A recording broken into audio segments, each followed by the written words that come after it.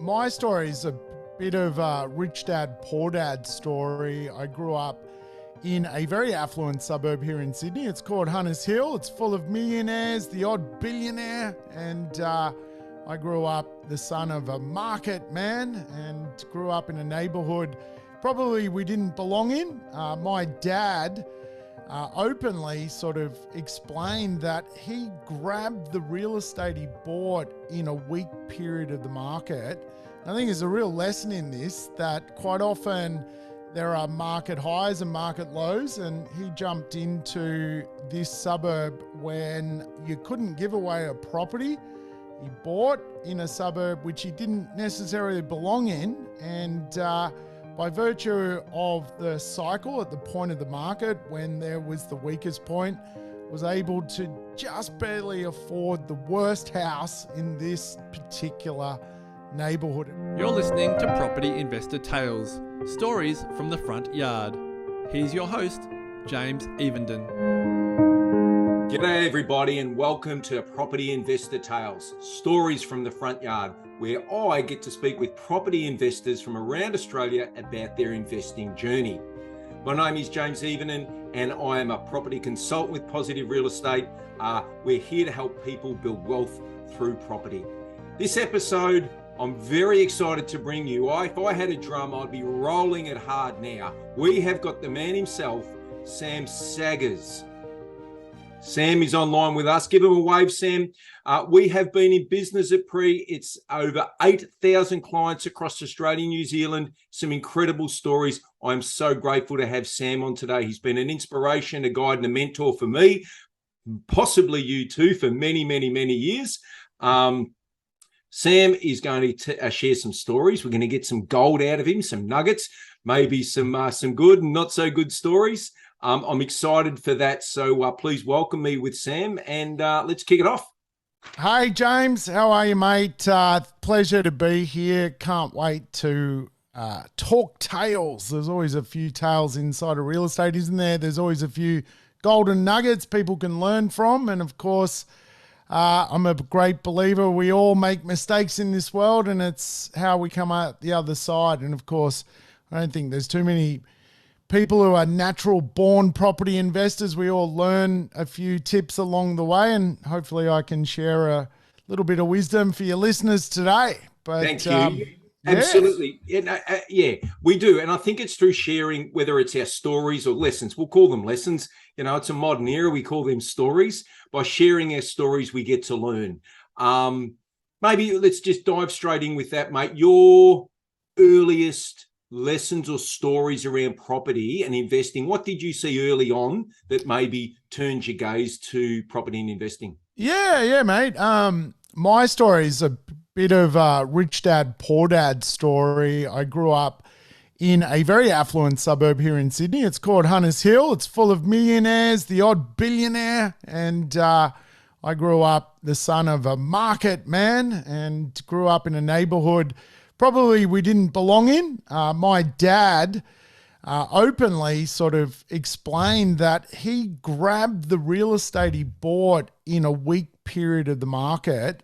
I think there's a real lesson in this, that quite often there are market highs and market lows, and he jumped into this suburb when you couldn't give away a property he bought in a suburb which he didn't necessarily belong in, and by virtue of the cycle at the point of the market when there was the weakest point, was able to just barely afford the worst house in this particular neighbourhood. And when I say the worst house, it was falling apart. And so me, my brother, my sister, my mum, my dad, the dog, the cat, the budgie, we all cramped into this sort of 1930s archaic home in this very, very wealthy suburb.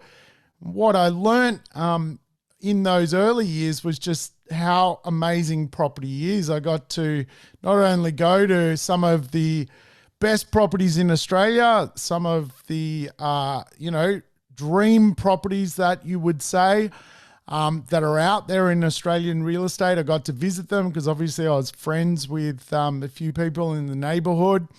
But I also got to learn that rich people do get wealthier from real estate investment. And so I was exposed to real estate really, really early on in my life. I can always remember that I knew I was going to become a property investor.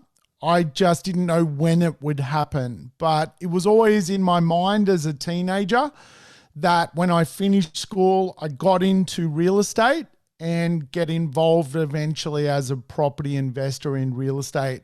Obviously, I had to go away, learn how to save a deposit, start a budget, the simple stuff to get my first property as an investment. And going back to your question, I guess my first real lessons around real estate investment really did come from my first ever property I bought. And I think, we all pay for lessons in one way, shape or form, whether you are a little bit perhaps high achieving and go and do a course and pay for it that way, or you, rather like me, probably run with the back of the pack, be enthusiastic about stuff, then go out and do it in the real world and make a mistake. And for me, my first property deal, James, was what I would call a mistake. But it certainly sent me in a different direction where I am today, where I've learned a lot about real estate. So mate, probably to be specific, the mistake I made was to not understand the concept of diminishing marginal costs. Yes, it's an interesting conversation. So the first property I bought, it was in my local community. I felt safe buying it, and I was really, really enthusiastic. It was kind of like, I don't know, James, have you ever bought a new car and you kind of feel like it's the only car in the world, right? Like you don't see the other cars that are the same. And I rode higher. Yeah, you get these blinkers, right? And I think anyone who's ever bought a new car probably gets the blinkers. Oh, wow, there's no one else drives the Audi Q3. And then when you buy the Audi Q3, you drive down the road and all you can see is Audi Q3s everywhere. And so my first property, I had blinkers on. I was full of energy, full of gusto. I dreamt my whole early adult life, my teenage life, to get my hands on this property. And so I bought a property in a place called Putney, which is in Sydney. And it was what I could afford at the time. From memory, I think it was like $240,000 or something like that. And I had my blinkers on when I bought it. It was more about getting it than understanding what it could actually do, where it could take me later in life.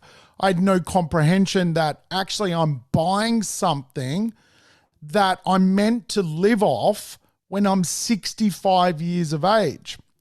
And so my first look at that property, when I settled it, I took friends and family and I was like, look what I've just bought. And the first thing they did, of course, without blinkers on, is go, well, do you realize the driveway needs to be redone? Like, it's completely cracked. There's tree roots pushing up the driveway. The gutters need to be redone. There's a hairline crack in the back of the building. All of a sudden, I'm going, wow, what have I done here? I've put a lot of energy into this thing called real estate. I love this thing called real estate, but I've actually not understood the mathematics of real estate, the numbers of real estate. And in real estate, we call that almost like diminishing marginal return theory. So for me, I had to look at that real estate and go, oh, hang on a minute. Okay, you can rent for $250 a week, which is a 5% return. That's great. But for that real estate to see its best days, I had to go and spend $100,000 to fix it. Now, if you're going to spend $100,000 to fix something of real cash, you need a huge cash on cash return to get your money back. And of course, this real estate couldn't do that. So what it would do is ultimately diminish the result of the return. In other words, I would have to overcapitalize to make the property better than what it was, to make it, almost like in a fair repaired state. And of course, there's no way you could get that back on a rental return. You couldn't spend $100,000 on the property. Even if you got an extra $25 a week, it would take you 3 lifetimes to recoup the $100,000. So, my first lesson was that numbers matter inside of real estate. And of course, this is where today I'm very, very diligent around that. Actually, the dwelling of real estate can diminish in value, and to prop up that dwelling to make it, restore it to its optimum level, can quite often mean for some properties it's just not worth the spend. And so for my first investment, I soon realized, well, hang on a minute, I got to use this thing in retirement. Like 65, this is why I'm buying it. And do I really want to hold something full of problems, full of costs, and will I even get a return in retirement? So it's quite an interesting thing is, and I don't know if I'm talking too much, by the way, James, just tell me to shut up because I tend to rabbit on. But mate, when I think about it, it's like, what question should you ask yourself as a property investor? Like, who are you as a property investor? And really, it dawned on me back then that to answer that question, who am I as a property investor? I am actually my 65-year-old self. I'm not my 25-year-old self. Does that kind of make sense? I'm the person in retirement that I need to be. And so the real estate needs to match who I am in my retirement. It needs to be simple to run. It needs to be high returning. It needs to provide a dividend because I'm going to live off it from a cash flow perspective. When I buy real estate, I'm not buying it as Sam Saggers today, 47 years old. I'm buying it as Sam Saggers who will be 65 years old, because that's when I need to use it. That's when I don't have the job. I can't rely on other ways to live. And so my first investment was a train wreck because I bought it as 25-year-old Sam, or around that age. I can't remember specifically now, but I wasn't thinking about who I would become. And so, yeah, completely blew my mind to think of it that way. And once I started to think, well, I got to buy this stuff for the old version of me, not the young version of me, changed the way I looked at real estate. It's an awesome story and so many layers in there. And geez, I've got a script of questions here, Sam. I'm chucking it out the door, mate. Mate, get rid of it. Talk I've jotted a few notes. There's a few things I'd love to come back to and just weave through. So you mentioned there towards the end, your identity. Your identity as an investor, because I heard the story of early Sam in Hunters Hill and seeing the homes and learning the stuff. Did you learn that desire to become an investor? Was that implanted you as a teen through something you saw through your friends and their parents doing, or just from your dad? Can I also ask, because we all come from families, and we may be single child, but families, your brother and sister. I know that I'm different to my siblings, and I've gone on to do that. So we're all different. We can grow up in the same household and get that identity that we're always going to have. I'd love to hear a bit more. Yeah, sure, mate. Yeah, no, great question. Look, I'm the youngest. I'm the one who probably was able to live in the suburb the longest as a child. I'm virtually 10 years younger than my brother, for example.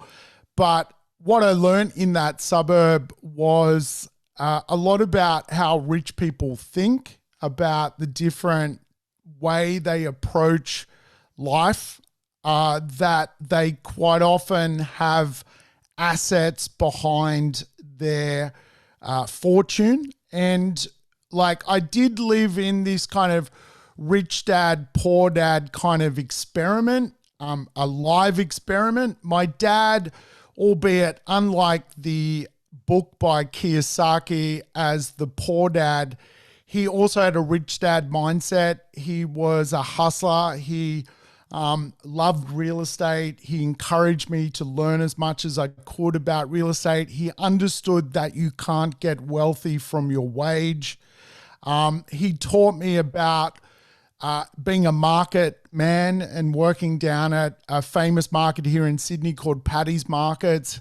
He would take me down there and teach me, the idea that money is to be made within the marketplace. He would give me lessons around really the idea of how things are bought, how things are sold.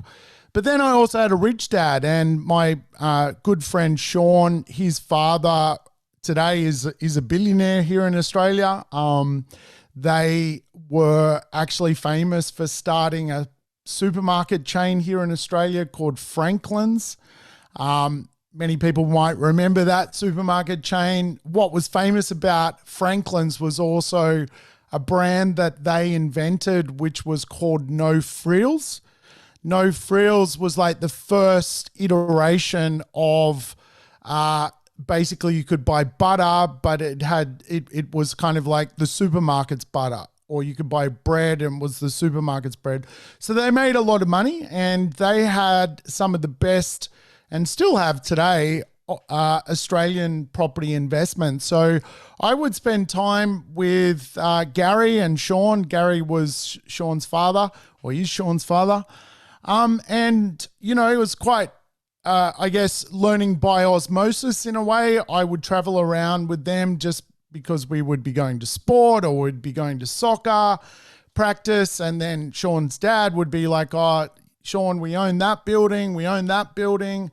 And I'm talking some incredible real estate here in Australia, places in Pitt Street Mall and Manly Corso and Oxford Street, Paddington. And, Sean's dad was trying to cheat Sean, but inadvertently, I learned a lot as well. And Sean very much knew he was, fortunate to have a father who was very property focused. And, in our early adolescent years, that's what we would talk about, sit on the couch and talk about, real estate and what it means. And I think in some ways they always took a shining to me because I had further to go than they did, but they had so many lessons because they were so wealthy that they could sort of teach me. They saw that you were eager and open and, that's right, curious, and just you fitted in and you did all those things. You were you, they loved you, and they're like, yeah, this kid's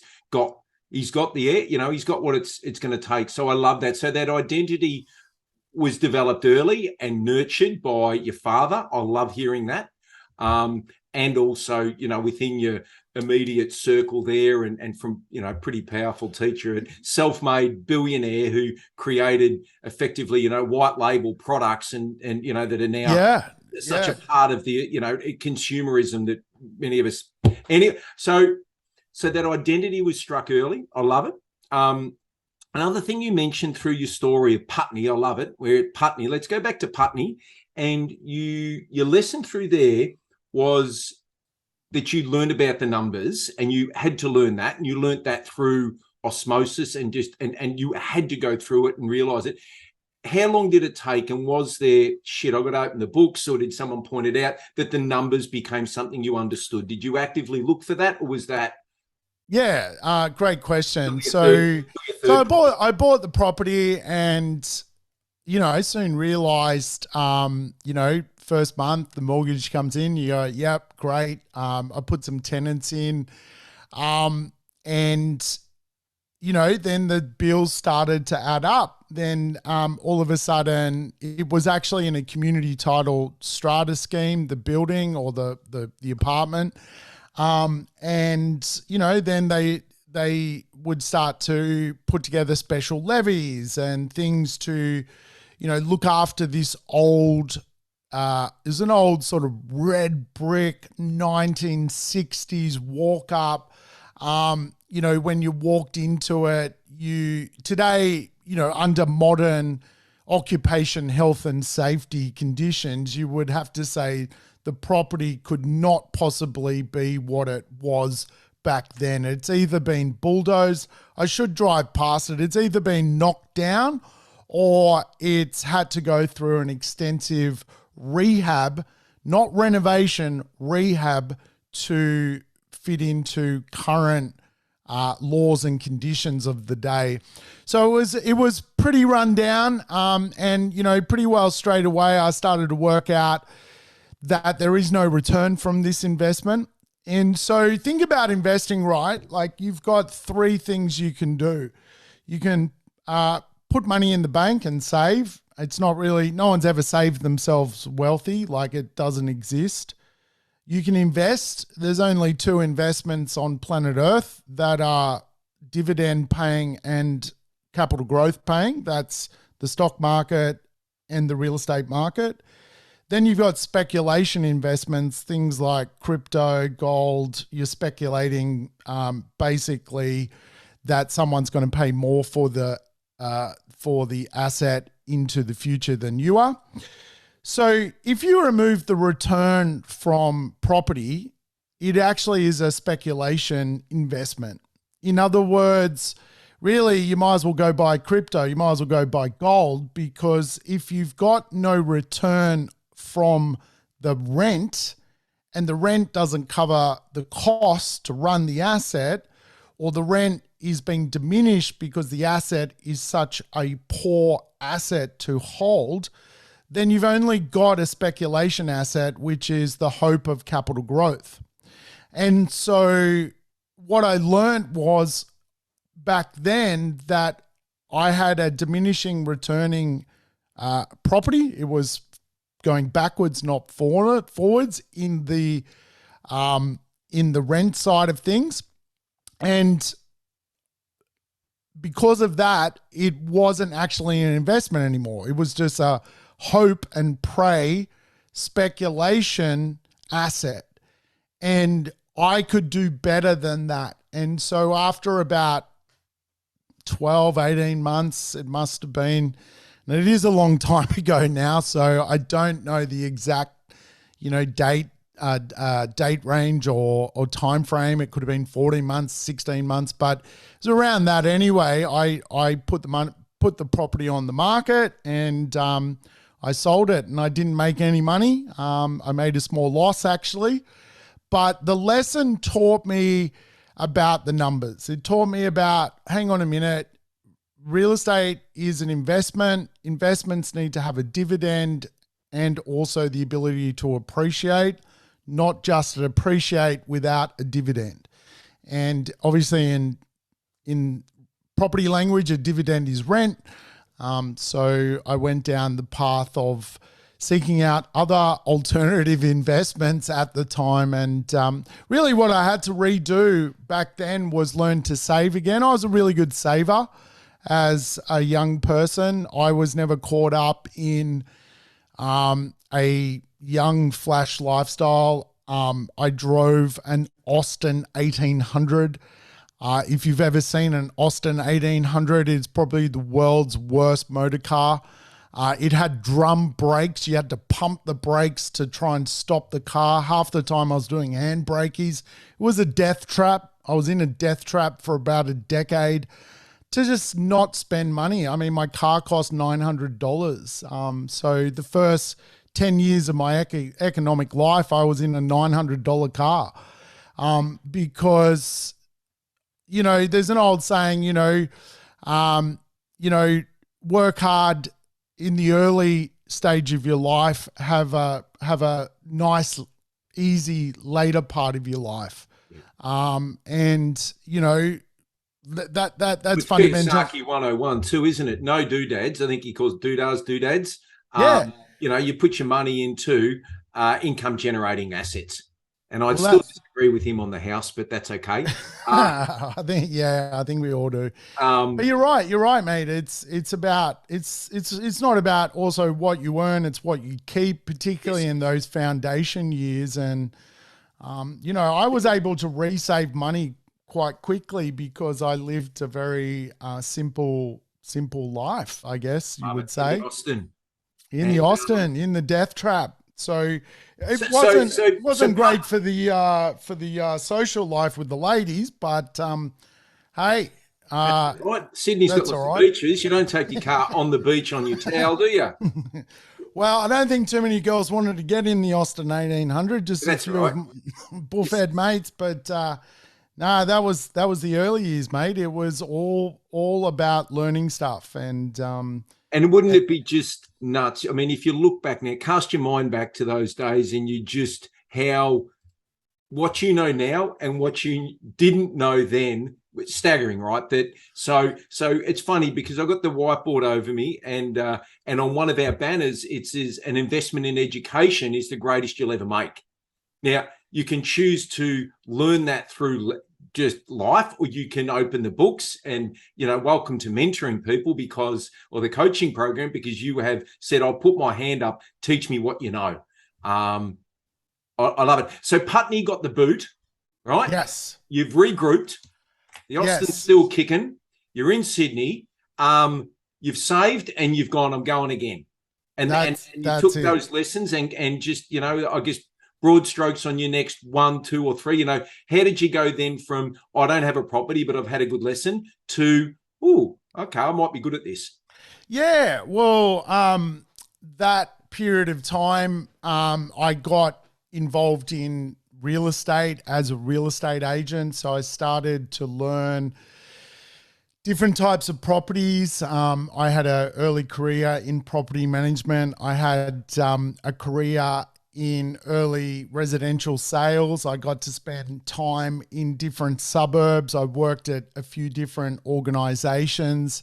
And then I just started to, like you say, seek out education around investing. At the time, I also looked at, investing in businesses. So I started actually a small business inside migration. Prior to that, I did some travel overseas and got to understand what, happens at a global level. And then really my next investments, I started to, understand more about market cycles, because when I had bought as well, it probably arguably was the peak of the market. And this was when I bought my first property. So it was a bit of a lesson. It was the peak of the market on a D grade asset. And, really the future outlook for a property which is a D grade asset at the peak of the market is not good. And so really what I started to really link was, hang on a minute, though I'm enthusiastic, there is actually a world out there called economics. And my next investments, I actually was more economically in tune with the way the world works, that there is an economy, there is actually fundamentals to seek out. And at the time, it was in the early 2000s, then I started to invest heavily over inside of the Perth market. And the reason being was, as a country, we were going through some economic advantages through mining boom 1. And that's where I started to really get results from real estate. My first deals over there that I bought a couple. And that's where I started to almost what I refer to as become a smorgasbord investor. I did off the plan investing. I did a subdivision. I did, a buy and hold. I did a build. I built a house over in Perth. So I was able to save money, put it into the market. I was able to recycle equity out of the Perth market. It was very kind to me. The market soared in value over there during that period. And this was a period of time where, property values weren't that expensive. So you're talking $150,000, $200,000 for a property. So getting yourselves in a position to put some deposits down wasn't a massive amount at that peak. Did you spend time in Perth?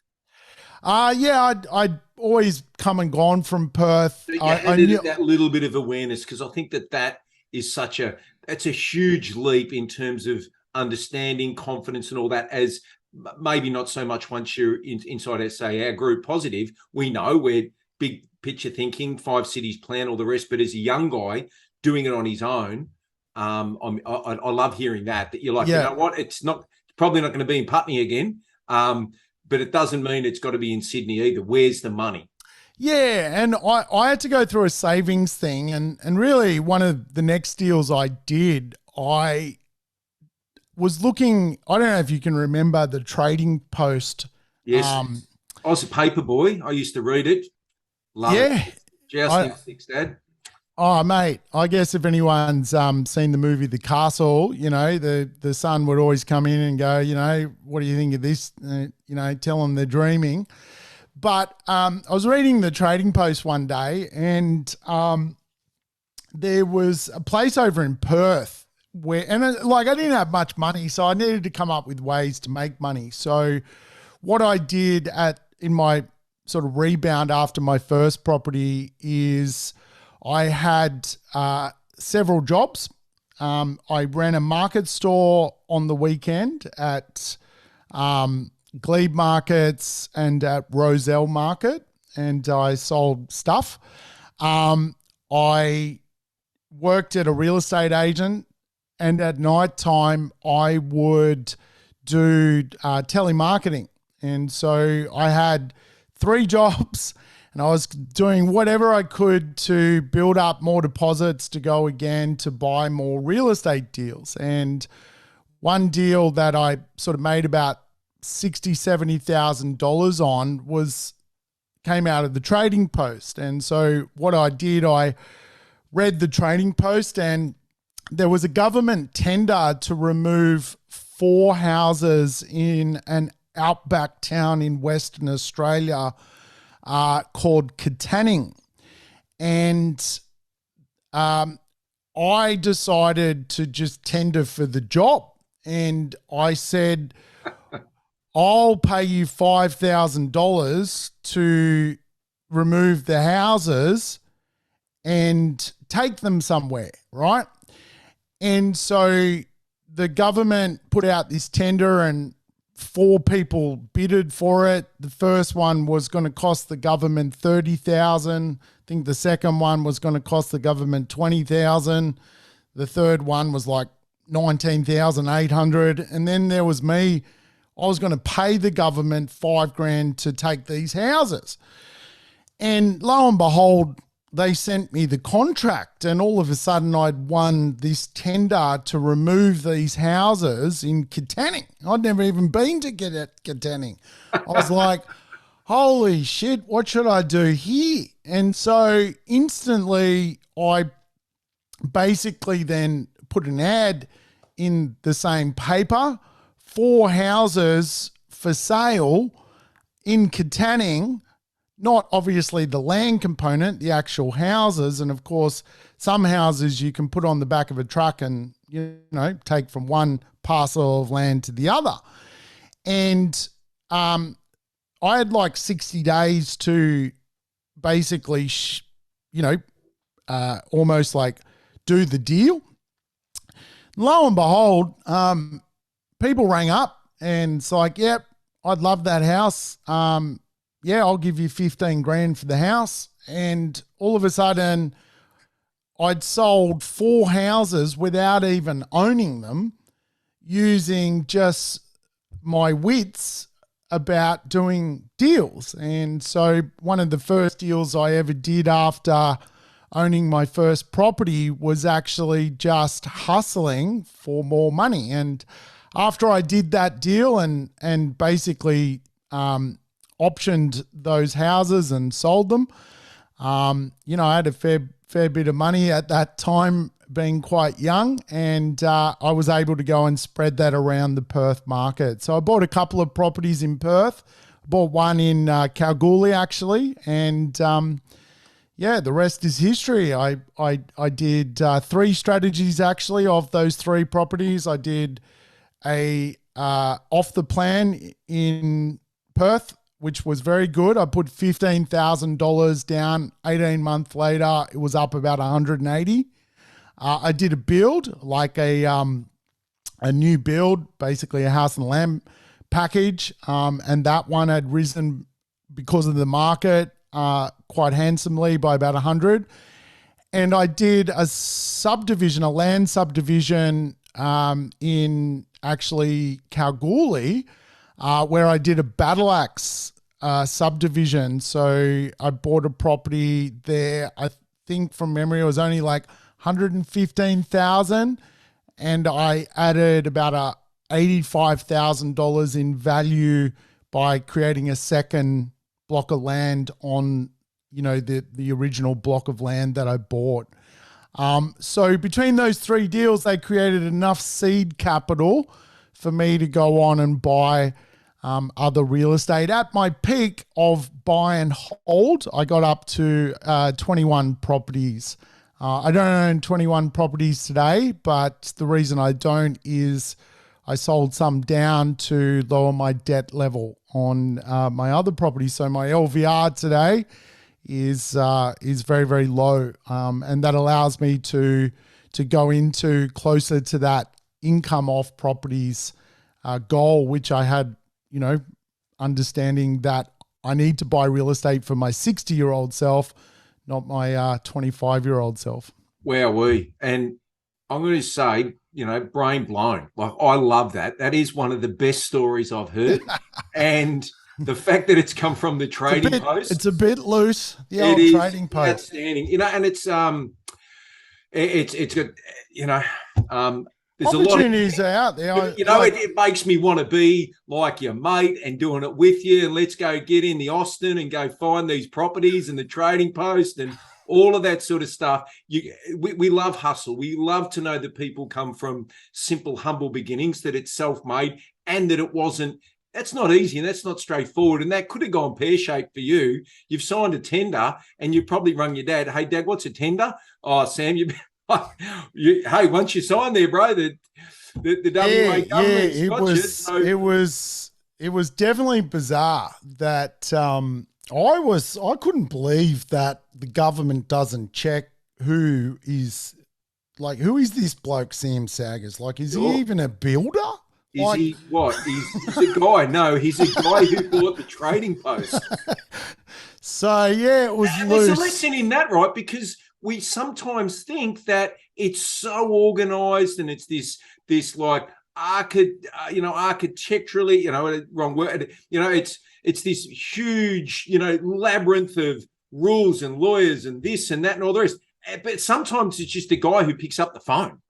It literally is. And confidence and a little bit of front and, having enough behind you to get things going is what it takes. Look, definitely. I think there's opportunity everywhere, right? And, just talking this morning, I mean, we found $75,000 in a deal because today some investors, some property owners are feeling the wobbles. They're feeling, I'm a bit scared, I'm a bit nervous.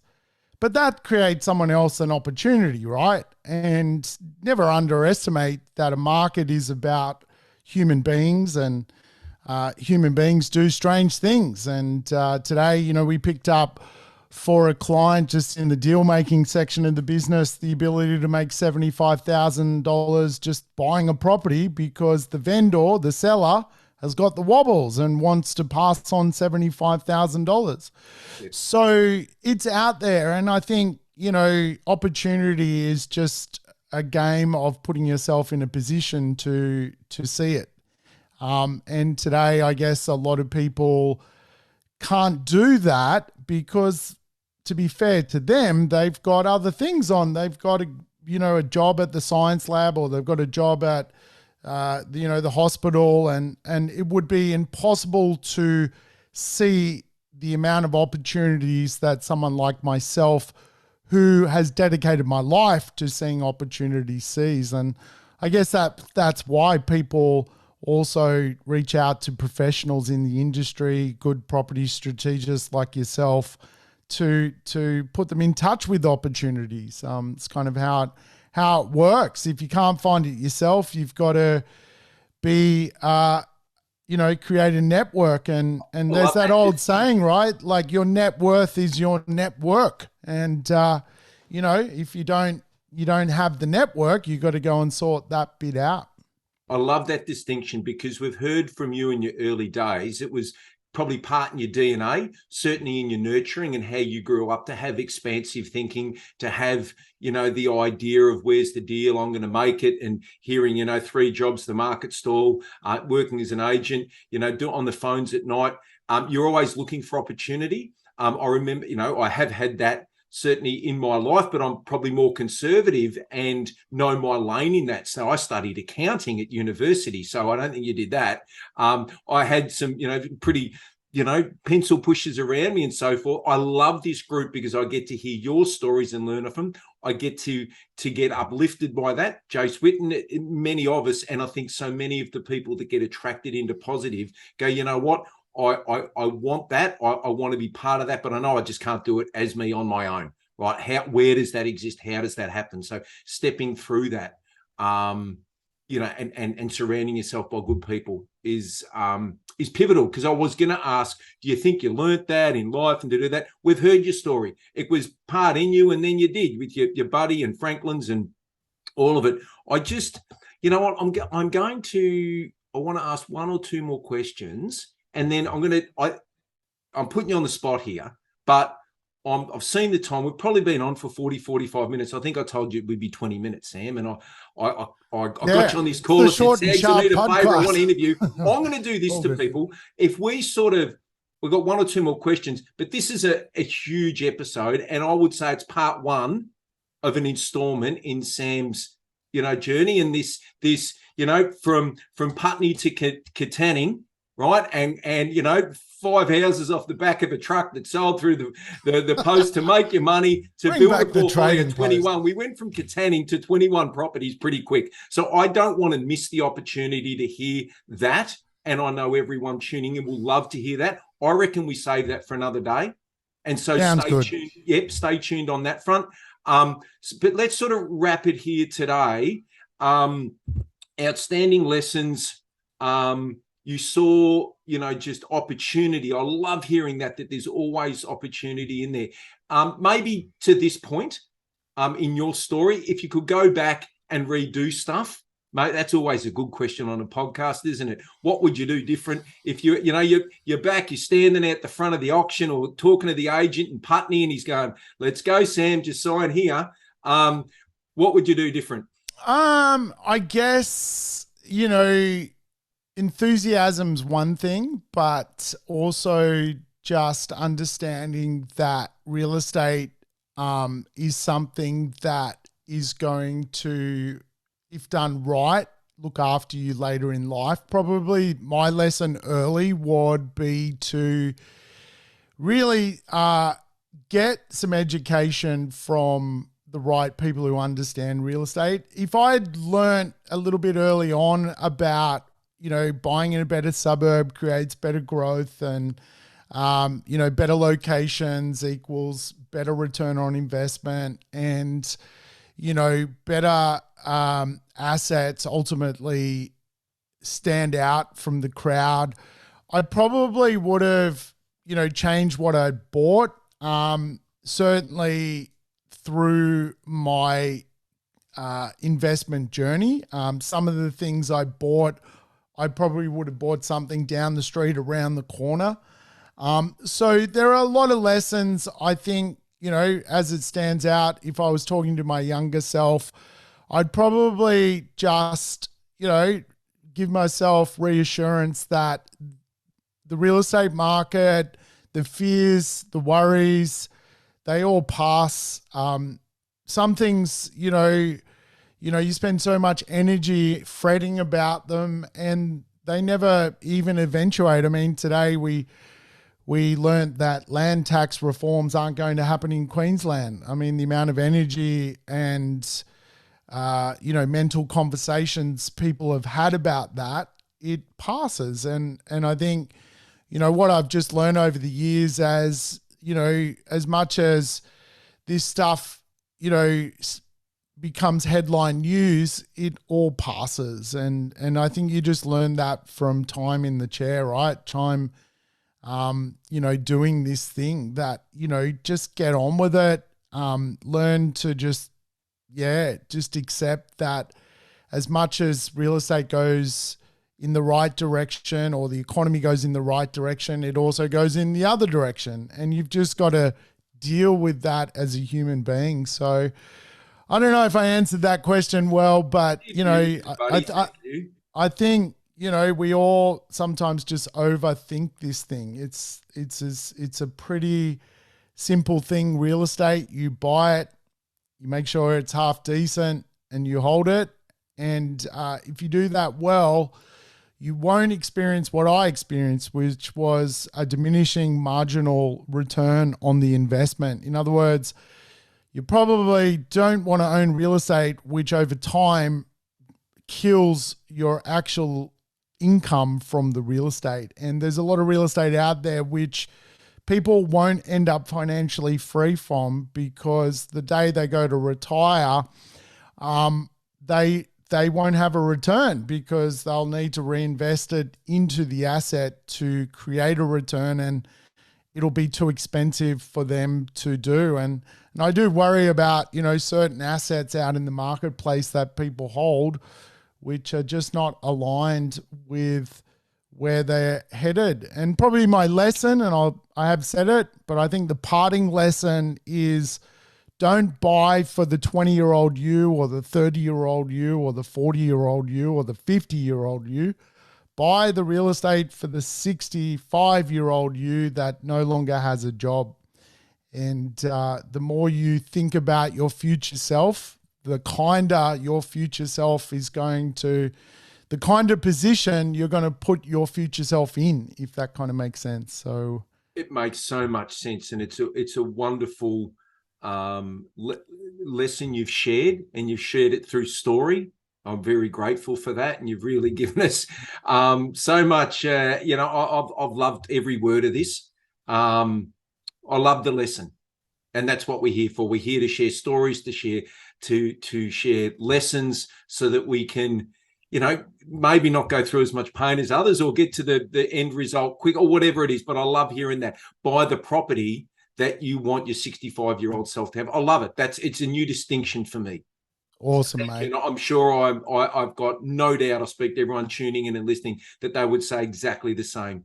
So from Putney to Katanning, this is part one. I absolutely love it. I've heard some great things, man, and I'm not going to hold you to it, but I'd love to think that we could get back on here one day and hear from from phase two, as you build a 21 property portfolio that has since reduced into a blue chip holdings that's going to provide the 65-year-old Sam with the life he wants.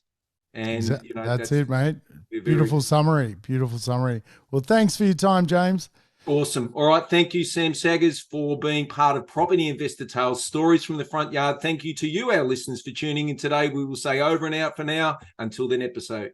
Thank you. Thanks for listening to Property Investor Tales. Remember to subscribe so you get notified every time a new episode drops. As you can guess, we love hearing people's property investor tales, so if you'd like to share yours, then please get in touch with us via email at positiveinvestortales@positivementor.com.au. We also love your feedback and would appreciate a 5-star review over on Apple Podcasts or Spotify. Remember, you can watch all of these podcasts over on YouTube at Positive Mentor or at positivementor.com.au.